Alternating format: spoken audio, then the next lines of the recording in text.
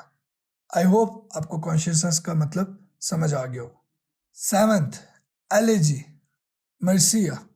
یہ لٹریچر کے اندر پوئم ہوتی ہے. An elegy is a sad poem usually written to praise کہ کسی کی تعریف میں and express sorrow اور اس کے اندر کس چیز کا اظہار کیا جاتا ہے؟ غم کا، دکھ کا. for someone who is dead. جس طرح انگلش لٹریچر کے اندر ٹینیسن نے اپنے دوست کی وفات پہ ایک پوئم لکھی تھی، میموریم. 8th, misogynist. misogynist کہتے ہیں جس کو خواتین سے پرابلم ہو، عورت سے نفرت کرنے والا. hatred for women. اس کو سمجھتے اس طرح ہیں، ایک شوہر اپنی بیوی سے ناخوش ہے وداؤٹ اینی ریزن، کوئی وجہ نہیں ہے. He blames you for his problems. وہ اپنی وجوہات، اپنے انسیکیورٹیز، اپنے پرابلمس کو آپ پہ ڈال رہا ہے. بے شک آپ نے کوئی غلطی بھی نہیں کی، but still he blames you for his problems. اس بندے کو کیا کہتے ہیں کہ ہی از اے misogynist. She left the church because of its misogynist teachings on women and their position in society. کہ اس نے گرجا گھر میں جانا چھوڑ دیا کیونکہ وہاں پر عورت کے خلاف پڑھایا جا رہا تھا.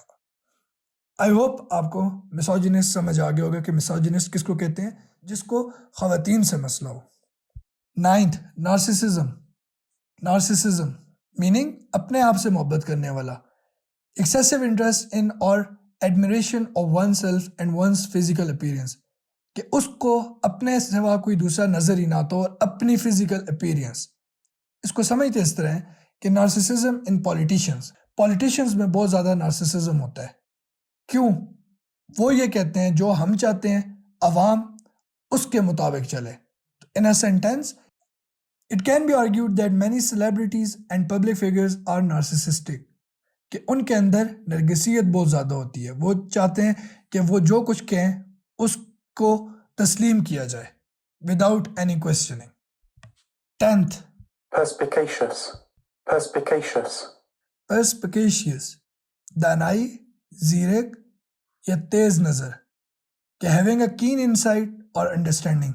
کچھ لوگ بہت سمجھدار ہوتے ہیں جن کی انڈرسٹینڈنگ بہت ایکسٹرا آرڈنری ہوتی ہے، تو ان کو ہم کیا کہیں گے؟ perspicacious. کہ وہ بہت دانا انسان ہے، وہ بہت زیرک ہے.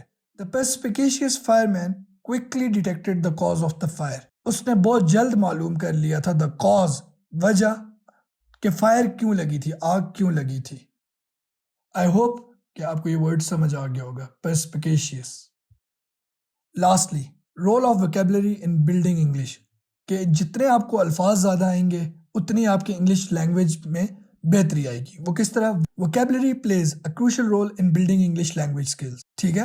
It is foundation of all language use and understanding. A strong vocabulary allows individuals to express themselves effectively, comprehend written and spoken language, and understand the meaning of new words they encounter. It also enables individuals to understand and use complex grammar structures, idiomatic expressions.